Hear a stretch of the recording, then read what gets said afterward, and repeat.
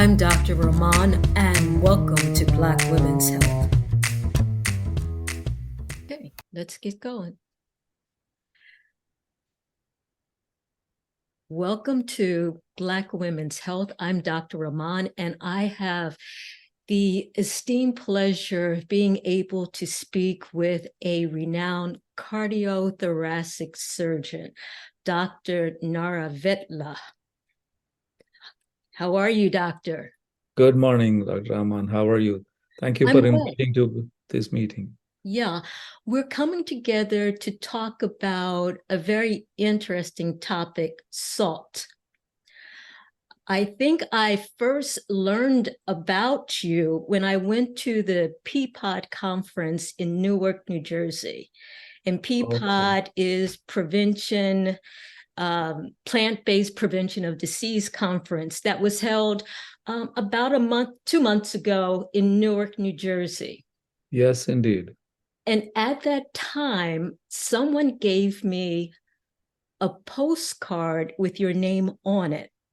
Okay. And the thing about the postcard that really attracted my attention was there was a quote from the comedian Dave Chappelle.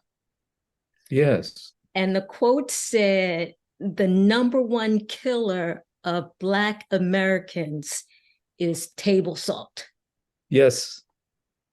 And that's what gave me a pause. And that's what prompted me to find you and to hear about the work that you've been doing. Thank you for seeking me out. I appreciate the opportunity. So, if you would, doctor, could you share a little about your medical background and training? So I came to the United States in mid-70s, and I came with the training of a medical school back in India. So I still haven't lost all my accent, as you can tell, but quite a bit different than what I came with. So in 76, I came to Brooklyn, New York, and trained a general surgeon, a 5-year-long program. And then I went on to train cardiothoracic surgery, University of Cincinnati. And I'm currently practicing in Dayton, Springfield area, cardiac, thoracic, and vascular surgery. And it's been exactly 40 years plus since I did my first cardiac surgery in private practice. So I've been doing that long, cardiac, vascular, and thoracic surgery. So for those of us that may not know, what does a typical day look like for you? Yes, most common surgery we do is coronary artery bypass surgery, CABG, as we often refer to, is meant for somebody who has blocked arteries of the heart, gets heart attacks or angina, and we build bypasses by opening the chest. Very grotesque operation, if I might say. That's the most common operation I do. And a typical day, I would have done one of those at least, and maybe a vascular case where we build a bypass in the leg or clean up the artery in the neck, called a carotid endarterectomy. We clean up the artery that's blocked in the neck that causes strokes, and someday and possibly do a lung resection for somebody with lung cancer. So those are the variety of. So I'm a old-timer surgeon, as you can tell, and we do a large breadth of different procedures as we are trained, compared to some of the newer ones who are much more focused on one area or the other. Okay. That sounds very, very impressive. And along the way, you've also become an author. Yes. Like I said, I was doing this for 40 plus years. And for the first 25 years, I was busy developing skills and expanding my practice and getting good at what I was doing until a light bulb went off about 15 years ago. And the light bulb went, and I suddenly realized every single thing I'm doing every single day is totally preventable. Mm. And the most important information I can share with the patient and people in general is not how I can do this surgery, but how to prevent this surgery. So it took me 25 years to get to that point. And along the way, I stumbled upon, literally serendipitous, that the most widely ignored cause of our health problems, specifically heart disease, is table salt. Now, I have to stop you because that sounds like an exaggeration. It does, right off the bat. That's why I embarked on this mission to make this a day-to-day knowledge. So our mission, Salt Kills, is what we started about 15 years ago, is to raise awareness of the dangers of the table salt. Specifically to your point, because most people don't realize it. Most widely ignored cause of health problems. That is the intent of our mission, and that's how we became an author. Not to write another paper based on Yale, Harvard, or anything like that, but to explain the research from premier institutions like Yale, Harvard, and so on and so forth, as well as many healthcare agencies, including CDC, WHO, American Heart Association, American College of Cardiology, and so on and so forth. What are they saying and why we are not listening? So my authorship is simplifying that information using illustrations, using analogies, so that you see it happening to you. And that's how I became an author. So you're saying table salt leads to heart disease. Yes. How does that happen? So high blood pressure, first of all, is stepping back a little bit. High blood pressure is the number one health problem in the world. Number one. 1.2 billion people with hypertension. And doctor, how do we define high blood pressure? So traditionally we define, I have an issue with that as well. Anything over 120 or 80, 120 is the top number, 80 is the bottom number, systolic, diastolic, we define that as high blood pressure. Anything over that. Let me stop you because we've heard different numbers. Initially, we were hearing 140 over 90. Then so 140 over 130 over 80. So and I'm hearing you say 120 over, what's that, 70? 80. 120 over 80. Yes. So American Heart Association, American Cardiology have seated what is called joint national conferences several times. We are in JNC 8 right now. That's how many times they met to define what high blood pressure is, what the numbers are. The most recent definition is anything over 120 by 80 is hypertension. And anything over 140 or 90 needs to be treated pharmaceutical. So you have between 120, a top number, to 140, and the bottom number 80 to 90, little flex where you have to aggressively change your lifestyle to bring it back to 120 or 80. So, doctor, what do those two numbers represent? The systolic blood pressure when the heart pumps is the top number, when the heart actually squeezes. And when the heart relaxes is the bottom number, diastolic. Systole is when the heart squeezes, diastole when the heart relaxes. So top number and bottom. So I would think if my blood pressure was high, that means that my heart is strong because it can pump. Yes, so very interesting that you pointed out. That is where the danger lies of high blood pressure. And going back to the numbers real quick, 1.2 billion people with high blood pressure, over 100 million Americans with high blood pressure, and over 60 to 70, depending on who you look at, nearly 70% of Black Americans have high blood pressure, a kind of high blood pressure that is described in many different ways, more aggressive high blood pressure. If you're a gynecologist, you know cancers of different aggressiveness.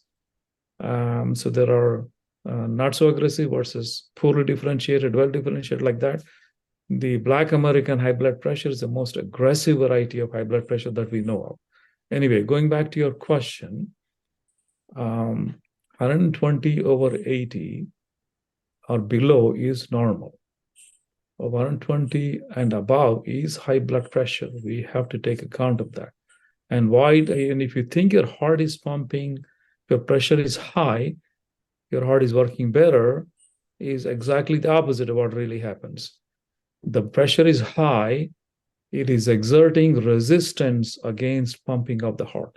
In fact, if the blood pressure is high, that means the heart has to pump harder. If the pressure is high, the heart has to pump harder to get the blood through. So that is actually defines what high blood pressure is.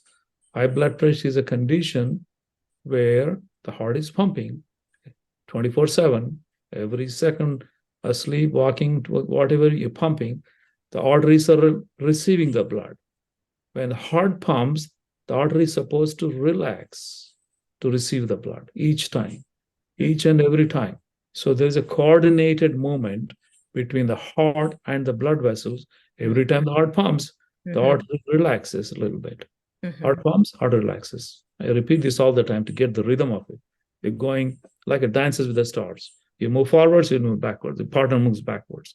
The partner moves forwards, you move backwards. It's a synchronous, divine, whatever you want to call it, fantastic movement that happens constantly in our body. But high blood pressure means the heart is pumping, the artery says, I can't relax enough. I'm pumping, the heart artery says, my relaxation can't do as much as I'm supposed to. The artery is offering resistance against the pumping action of the heart. So when the blood pressure goes up, that means you have lost the capacity of your arteries to relax as they're supposed to. When you look at it that way, high blood pressure doesn't look like a simple thing that I can take a pill for. High blood pressure is a deadly, dangerous condition called a silent killer, wherein your arteries do not relax the way they are intended to. And so that means that the heart has to pump harder to get the blood through. So this is instead of a divine dance, you created a battle between the heart and the blood pressure, heart and the arteries. Heart and the arteries are fighting with each other. They are fighting with each other. This is a fight. There's no winners. Everybody loses. The heart loses by getting bigger and bigger and thicker and thicker. Enlarged heart.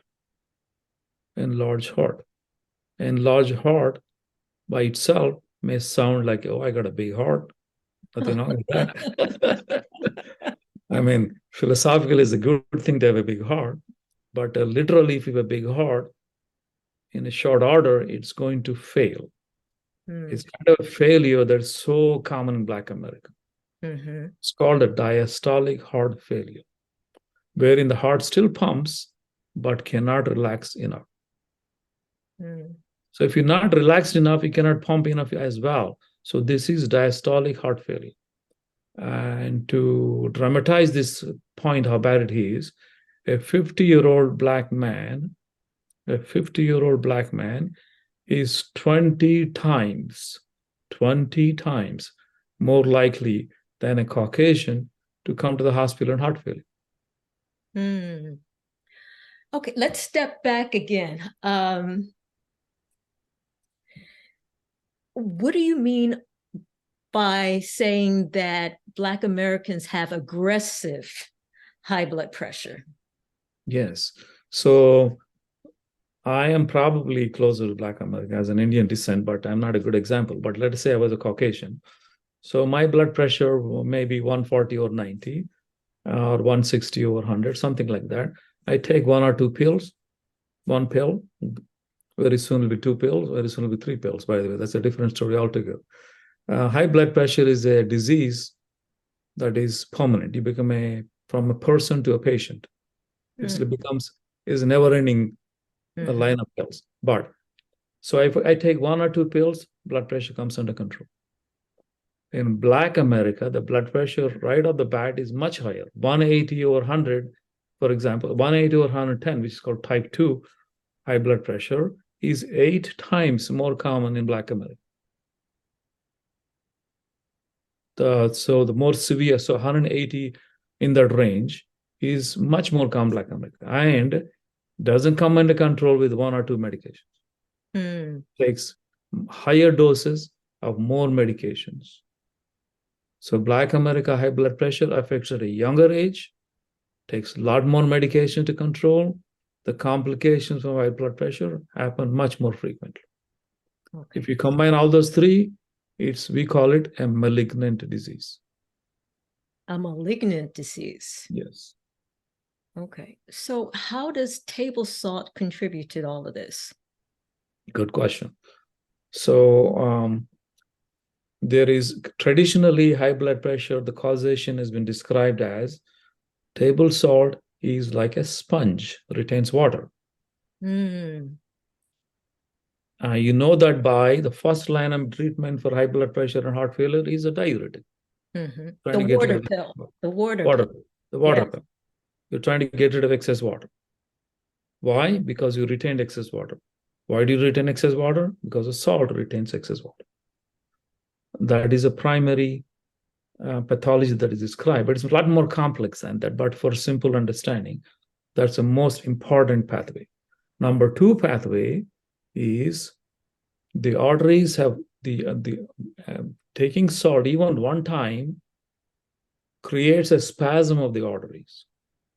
Even within 30 minutes, there's a study done next door to you in Philadelphia from Delaware, just healthy volunteers. They give them a salty diet and measure the blood pressure and the arms. Within 30 minutes, there's a reduction of approximately 30% elastic capability of the arteries. Elastic capability of the arteries is reduced very quickly. Now, how do you know that? Now, we give water pill. And what else do we give for high blood pressure? So there's a long list of medications, different pathways, beta blockers, ACE inhibitors, angiotensin receptor blockers, ganglion blockers, calcium channel blockers. There's so many varieties of them. All of them do only one thing. They make the wall of the artery relax. Different pathways. So treatment of high blood pressure pharmaceutically consists of reducing the volume, water pill, and relaxing the arteries. So by that, you know that there are two things went wrong. You're retaining water and your arteries don't relax the way they're supposed to. And so as a result of ingesting salt, yes, the heart works stronger, the arteries don't relax, and this leads to high blood pressure, aggressive high blood pressure, and ultimately heart failure. Yeah, heart failure when the heart is not pumping, not relaxing. That's a kind of a heart failure which is recognized more and more. By the way, diastolic heart failure on average has worse prognosis than cancers. Well, yeah, I said that right. Cardiovascular disease is the #1 killer in this country. No, but somebody says you have diastolic heart failure grade 2 or 3, the outlook is just as bad as having a cancer. Anyway, I distracted. And so the treatment is to reduce the high blood pressure and to prevent heart failure. Well, my goal is actually to prevent high blood pressure. We need to look at high blood pressure as a preventable disease.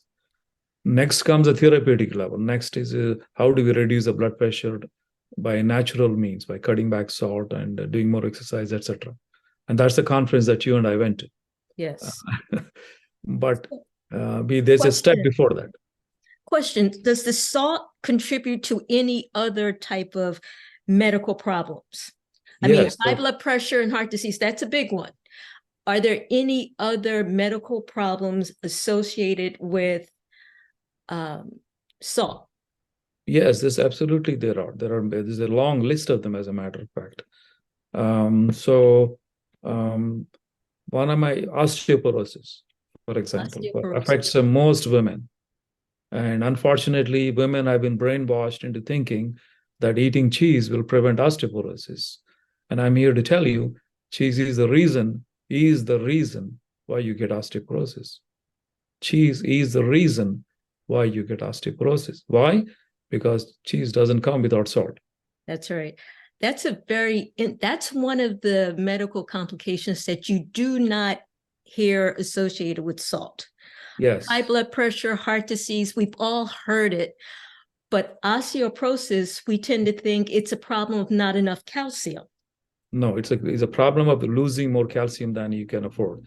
So this is one of the problem that is a very broad based, and osteoporosis is not a benign disease, as you know. It's a very painful and deadly condition that affects very large area population, especially women postmenopausal. You know that. So let me, if you indulge, I'll explain to you why eating salt causes osteoporosis, if you're Sure. interested, in a simple way. So when you eat salt, it's the job of the kidney to get rid of the excess salt. Kidney's job is to maintain this equilibrium. No matter what you eat, you have to adjust by excreting certain things, retaining certain things to maintain a balance. So if you eat salt more than your kidney's capability to handle, the kidney has to get rid of them. And the kidney gets rid of the salt, unfortunately, by opening a pathway, if you want to call it a door, opens a door for the excess salt to leave. Unfortunately, the same door, calcium also leaves. So the more salt you eat, more cheese you eat, more calcium you actually lose. So let me illustrate in a very simpler way. Let's say now it is December already, it's getting cold. And let's say you're sitting at home with a temperature of 0 degrees on a winter Saturday morning, and you invited a bunch of your friends. And it's noontime, you decided to treat them for a lunch, you're in the kitchen, and you're cooking, let's say, fish, okay? And you got into a heated argument about something, you forgot that fish was cooking. And it got burned, and the entire kitchen is filled with smoke and fishy smell, right? Just follow along with me. And then what would you do to get rid of that? The fishy smell and smoke. What would you do to get rid of it? I'm opening the doors. I'm trying to let the smell out. Right. You're opening the door or the window. Windows, yes. Yes. I just got through telling you that outside temperature is 0 degrees. So what happens when you open the door or the window?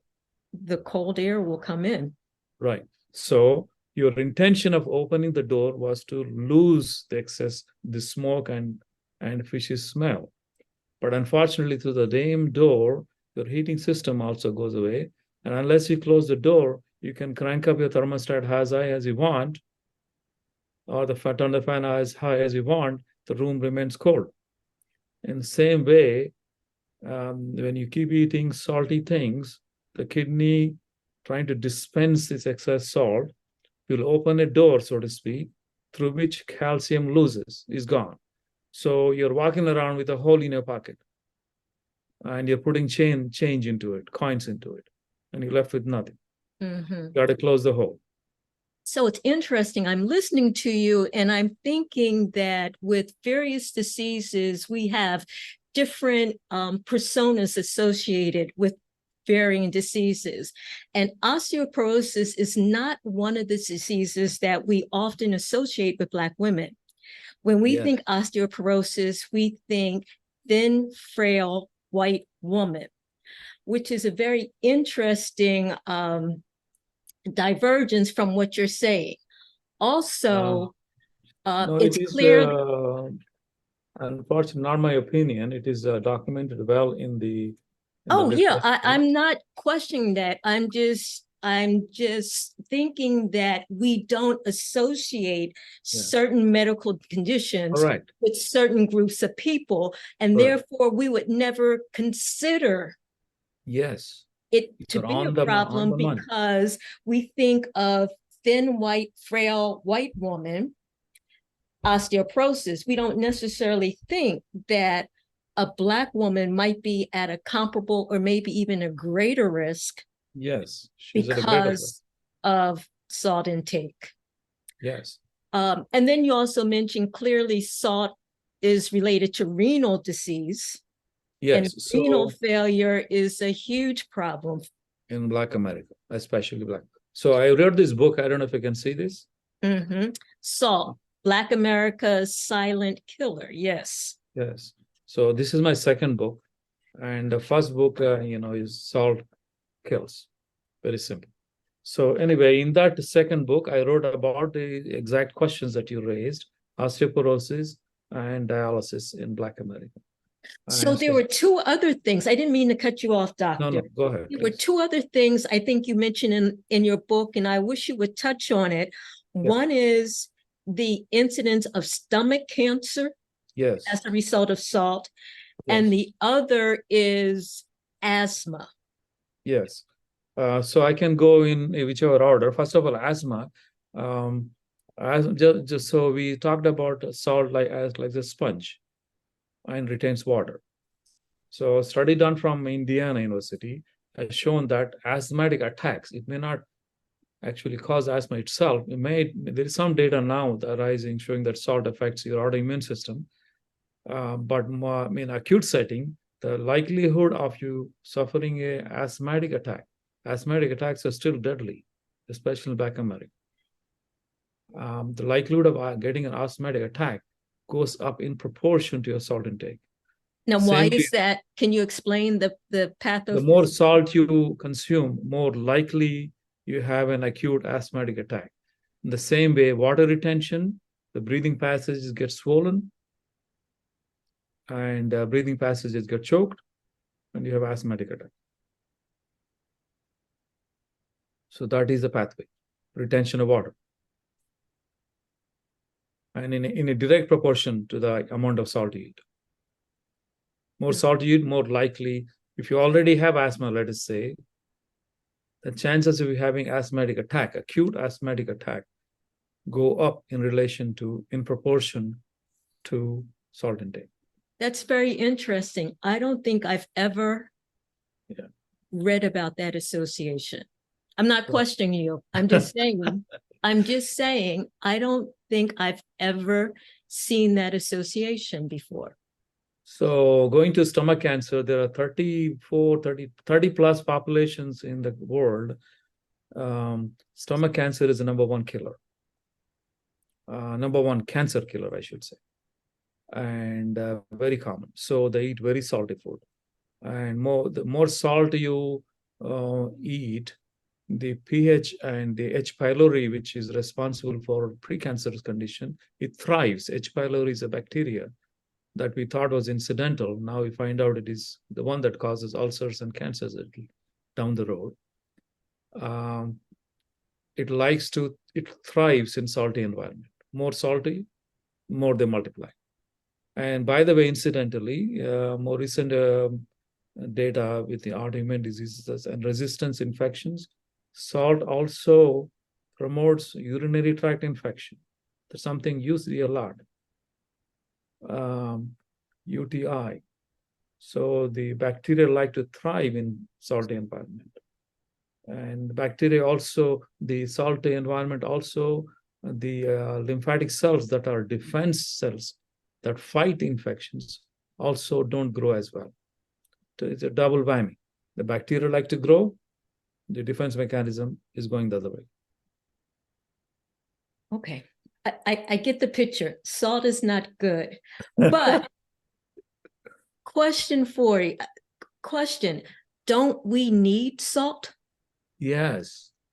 No. Yes and yes no. and no. We need sodium. We need sodium. And we need very little bit of it. And we cannot eat food without sodium. Anything that you eat, virtually anything that you eat, has sodium in it. And we need that sodium.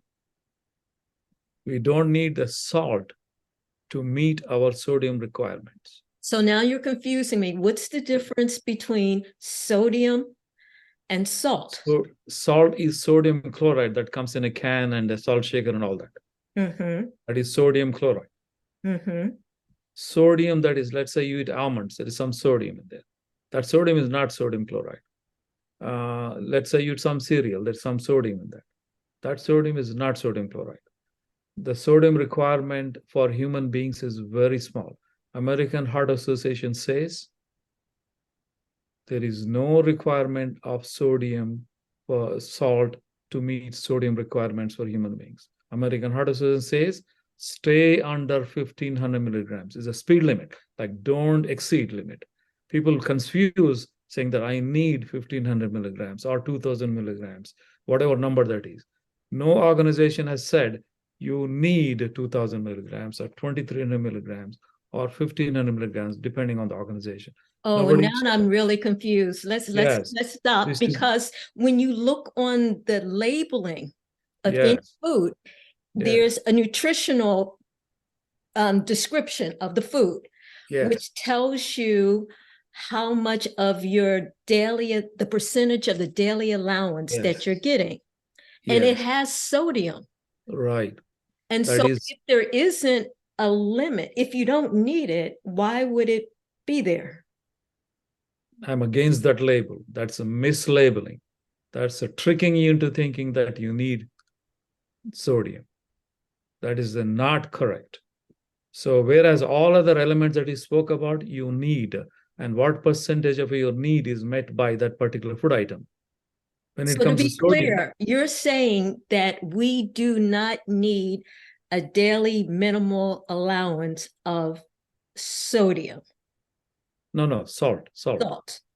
no. So when American Heart Association says 1500 milligrams, let's take that example. American Heart Association is saying do not stay below 1500 milligrams. The lower, the better. Zero is the best number. But you cannot Sorry. avoid eating sodium. You cannot avoid eating sodium. Anything that you eat, you're going to have sodium. When we're talking Table about salt. these minimum allowance, we're talking about sodium or sodium chloride. So the labeling is deliberately confusing by the industry to make you believe sodium, some salt that they added is necessary for you, which is incorrect. And they are trying to say that there's a split between the when it comes to, let's say, potassium and you or some other element, and the recommended daily allowance, RDA, okay, is it says it meets 20% of recommended daily allowance. Yes. Okay. When it comes to sodium, it is meeting 20% of the limit of how much you're supposed to eat. Is the opposite. So Well, that is very confusing. it It's is like, very confusing because even the maximum allowable yeah, differs depending on who you're talking to. I believe the FDA says um, the maximum allowable is 2,300 yeah, milligrams. But they say that people in general eat more than that in their oh, way daily. more than that, way more than that. Yeah. So the range of a limit, I would not say recommended allowance. That's the wrong term to use. Mm-hmm. The range of limit that has been stated, the most liberal number is 2,300 milligrams, that is said. Right. Most conservative number is 1,500 milligrams by American Heart Association. So all other organizations fall in between that. Okay. Right. And the But reality is that we're eating a lot more oh, than way more the than maximum. it is very important to emphasize that this is not an you need this number. It is a number that you do not exceed. This is don't exceed this number. Whereas all other numbers that you come across in with regards to nutrition are you need that number, try to meet that number. Okay. Mm-hmm. It's exactly the opposite. If you want to Mm-hmm. try to meet your vitamin C requirement, you want to try to meet the vitamin B12 requirement, you want to try to meet the folate requirement. But not the sodium. Here opposite. So I have a serious problem with this labeling. Okay. Very serious. You should too. And Black America should rise and oppose this. Because Now, what's what's interesting is that even though these numbers fluctuate, it's even hard to wrap your mind around, well, how much is 2,300 milligrams of salt? And that's like the equivalent of a teaspoon. that's That's already too much. But anyway, so, I yeah, mean, that's a good. if you think of it that way, Mhm. people can start to appreciate when they're seasoning their food, Mhm. when they're at their table adding salt, they can get a sense of how much sodium they're actually ingesting compared to Yeah. what's being recommended. Not allowed. What's allowed? What is I allowed? like to use the word allowed. Okay. It All says right. I got recommended you. for other things. That way we are separating two things. With regards to salt, we are going to use the word allowed. Got you. And All with right. So, regards to B12, for example, recommended. You need that much. So back to the question is, could we get the sodium that we needed without adding salt at all? Absolutely, absolutely, absolutely. There are rare exceptions, like you have a salt losing nephropathy or some other disease that makes you lose excess salt, which is an extremely small minority of people. Vast majority of the people on this globe do not need to add sodium chloride, that table salt, to meet their sodium requirement at all. This is a statement by American Heart Association, not me. I'm just trying to let it be known. All right, so this becomes very interesting. We don't need sodium chloride added to our food at all to get enough sodium. So the Yes. question is, why is salt being added to our food? To make you eat more. To make you Number one reason. more. Explain that, please. So you eat potato chips or peanuts, unsalted, you eat a certain amount, you're full. You can't eat more than that. But when I salt them, potato chips, you don't stop eating. You just keep on going. It takes away your stop sign in the brain that says you had enough. Salted peanuts, you just keep on eating. The portion size keeps on growing. The reason the processing industry doesn't care about this is they want to sell more product. As simple as that. Yeah, it gets worse and worse the more you learn about it, because we know that most of our sodium chloride, which we don't need, comes from fast foods, packaged foods, ultra processed foods. 100%. 80% of the excess salt we are consuming comes from things that you just mentioned. Only 15-20% are you yourself adding during preparation. So even if I was trying to reduce my sodium chloride intake, as long as I'm eating packaged foods and processed foods, I am probably going to get too much sodium chloride. Correct. Unless the processing industry changes. For example, processing industry managed to convince people that sugar is bad, so you should eat low-calorie food. Okay, so the reason why they did that, because they had another product ready. They thousands of low-calorie products. They already ready. They wanted to create a market for that, so they advertise against themselves. On the front door, they sell full-blooded whatever product. On the back door, they sell low-calorie product. Okay, they double their margin. Okay, so, but they don't want to say we have a low salt product, because that will reduce their sales. And they don't have an alternative. So processing industry fighting tooth and nail against any legislation we are way behind many countries. If you go to Canada, for example, there is regulations on how much salt you can put on cheese. You can buy low salt cheeses. 100+ countries in the world have regulations on how much salt you can put in bread. In America, we have nothing. It's a free for all. That's very interesting, because I think the FDA has encouraged the food industry to reduce the sodium that they put in their packaged foods. They're not making it mandatory. They've just asked them to politely to reduce the sodium. And they are going to observe the changes that are made. Nothing. So for every one change they make, they take one change of salt they make, they take 2 steps to increase the salt. So it's a losing proposition. For example, the sea salt industry, okay? I don't know if it's occurred to you or not, but sea salt is same as salt.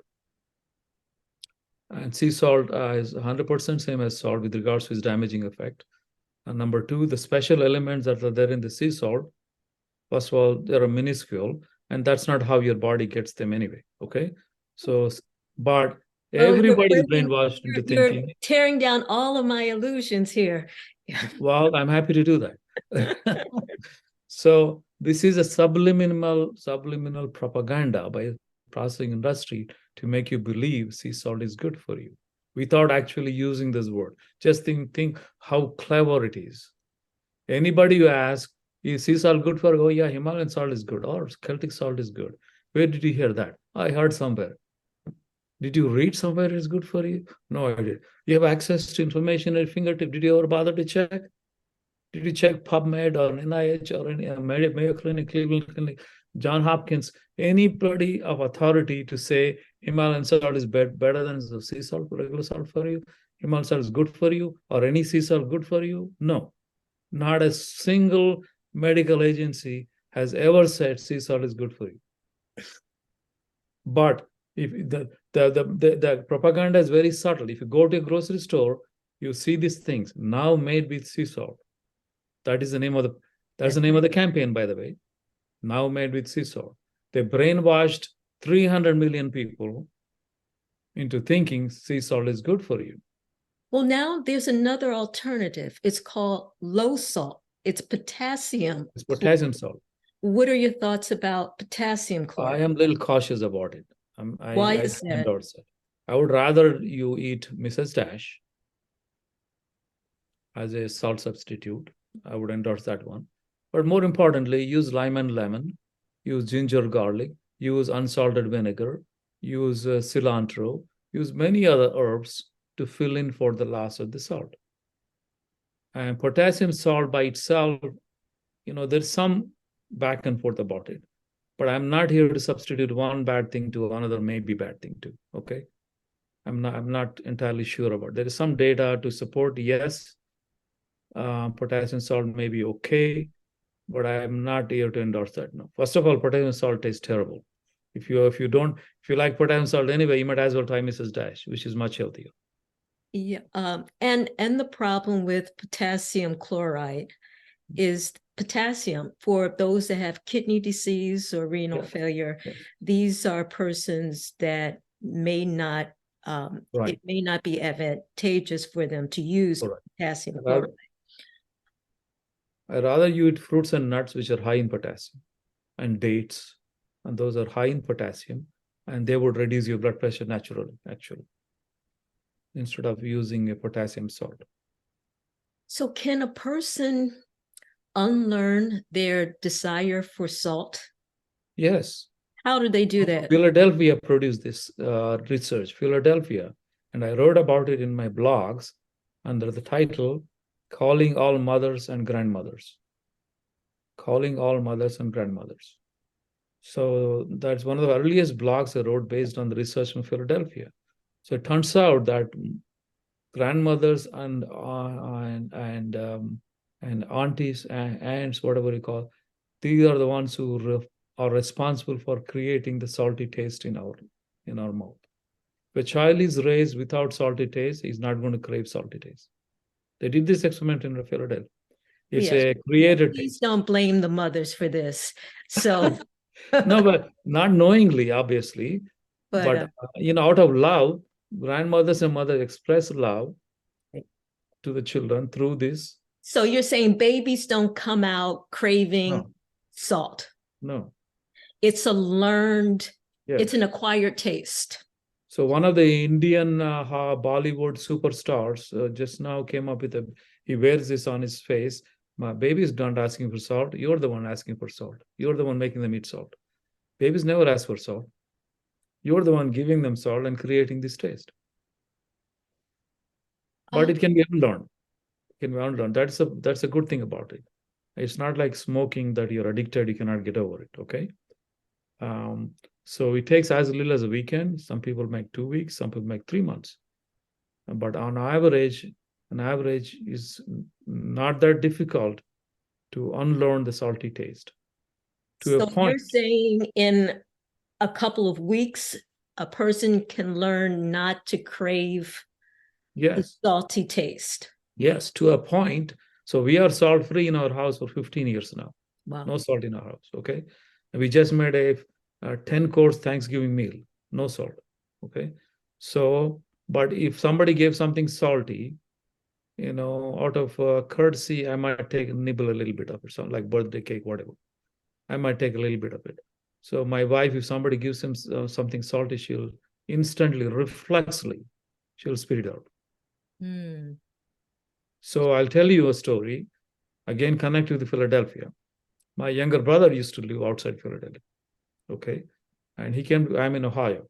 So a few years before COVID, he came to visit me with his two little kids, 5 and 7, for a long weekend. And my wife initially was making two preparations, one for us, one for them, because we don't know whether they like it or not. By next day or so, they're starting to eat our food. So she didn't have to make two Mm. separate preparations. Okay. So Mm. they spent a long weekend. So my brother called me with this story, and he drove them back to Philadelphia. On the way to Philadelphia, he thought his youngest son was deprived of his favorite foods. Okay. So he decided to go into a drive-through or whatever, uh, and bought him his favorite sandwich. Okay. The one he always orders. So this little boy, 5-year-old, took one bite of that sandwich. And he says, "Oh my God, it's so salty," and spit it out. Okay. Okay. Within 3 days. Yeah. Yeah. And that's consistent with that the most recent study that I saw that gave um, a group of middle-aged persons a high sodium diet and a low sodium diet. And these groups of people were those that had normal blood pressure, high blood pressure, uncontrolled blood pressure, undiagnosed high blood pressure. All of them were given a low sodium diet, and all of them showed a drop Yes. in their blood pressure. Yes. Even those that were on medication Yes. saw a drop in their blood pressure, and that was in 7 days. Yes. That's Exactly. pretty phenomenal. Yes. There are a number of studies like that. One got published just now from University of Vanderbilt, published by American Heart Association. A crossover double-blind controlled study. This is all technical terms. But anyway, within 4 weeks, the drop in blood pressure in the low salt arm was so much that they could cut off one medication Right. in 4 weeks. So think about how profound that would be if all of us did that. So there's hope. There's Yeah, hope. so we need people like you to join this mission. It's really very important. I'm very much interested in Black America rising up. One thing the Black America needs to rise up. I mean, there are so many political, social, so many other things that are going on. I was a member. I'm a life member of NAACP, by the way, and I served as health chair of state of Ohio NAACP, and I learned a lot of things that are affecting Black American, no doubt about it. But the biggest fight really is fighting this processing industry and restaurant industry. Stop killing us. Not that they don't know, they already know. They're they got blood in their hands. There's no other way to put it. Yeah. Yeah. It's yes. Yes. When I see a 30-year-old, 25-year-old Black woman on dialysis, somebody's got blood in their hands. Hmm. So you kind of barely touched on that subject. 1/3 of all people on dialysis in America are Black Americans. Yes. Mm-hmm. And many young ones. And many who supposed to be taking care of the little children. And you, as an OB-GYN, you would know, there's not enough perinatal care and whatever, and the blood pressure shoots up, and the kidneys never recover. They end up on dialysis. Tremendous tragedy for the mother and the children. Right. So we need to make people aware, which is why I so appreciate you taking the time to make people aware, because I think we don't realize. And then there's a food industry that's not being held accountable. Yes. And we have a government that, I don't know, the FDA, we get these guidelines periodically. they don't seem to be for us. And so we have to assume responsibility. And if it is as simple as cutting back, can you cut back or do you need to eliminate? Well, cutback is the process to eliminate. Eliminate is our final, the final objective, end goal. But any degree of cutting back has benefits. Uh, Absolutely. so, and as Absolutely. a pathway to you realize, oh, I didn't need to put that much salt. Then you keep cutting back. Uh, There is so much more. We probably need to do a part two, but I promised you that this wouldn't go too long because there's the whole topic of being salt sensitive, yes, being salt resistant, and the yes. whole theory about why are so many Black people salt sensitive. And we could go on. We could go on. So I That would like this to. book describes that.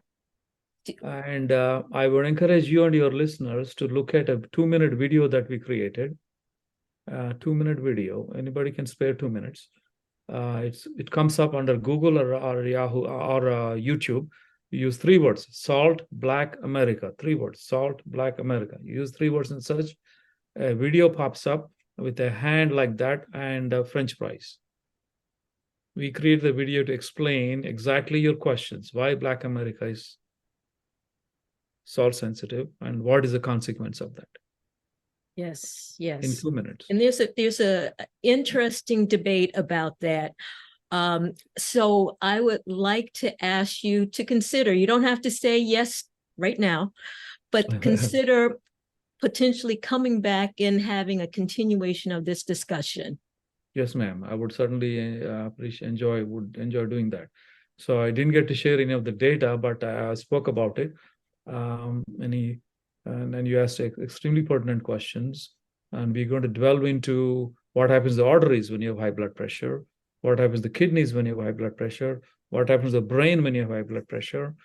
So we talked about a fight, the heart losing and getting bigger and failing, but what happens to the arteries in that fight? They get damaged. That's how you get heart attacks, strokes, and what is the pathway, how that happens. So we described that, and what happens after the heart becomes thick and it fails? What are all the things that Yes, go wrong? yes, Following that, so it's a cascade of events, one yes, thing leading to another, yes. ultimately leading to dementia. Dementia. Dementia. Yeah. Uh, ultimately in dementia. So all those pathways we have attempted to describe in simple ways, like the way we've been talking, and that is our project. Okay. Well, Doctor, I look forward to having more conversation with you. Thank you so much. You're very welcome. Thank you very much. Pleasure meeting, knowing you.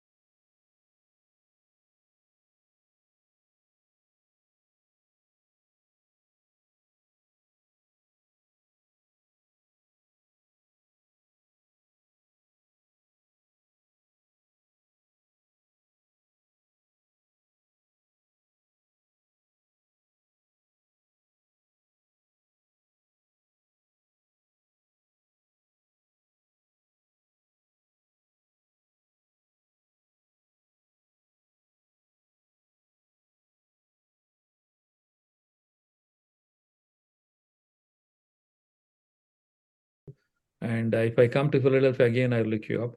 Please do. Please do. Take care. And take thanks care. again. Thank you. Have a good day. Goodbye.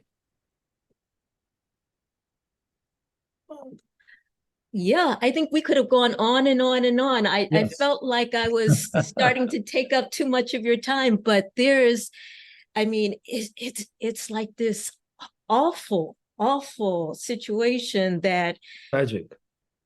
There's no other way to put it. I mean, yeah, people like you know, who see a good bit of it and experience probably in your own family. yeah, I wouldn't be surprised. yeah. Would have to And people step think up, that basically. there's no harm. And yes, I can tell them don't use the salt, but I'm actually looking at the food industry and saying, don't put the salt, and the government, like, you need to regulate this, and it's So we need at least a two-pronged approach. One, we need basic education. That's what we have to do. Absolutely. Basic education. Why? Number two, we need legislative help, We legislative do. and executive help. Otherwise, the processing industry and restaurant industry has such deep pockets. They're so creative and they're Yes. so motivated, and they will find a way to. I mean, sea salt is a prime example. That was such a great example. I said guilty, sea salt. Oh yeah. Okay. A healthier choice. And I pay for it, Yes. I pay more for it. So yeah. All right. All right, ma'am. It was Thank a you very much. pleasure. Take care, ma'am. Thank you so much. Bye-bye. Goodbye.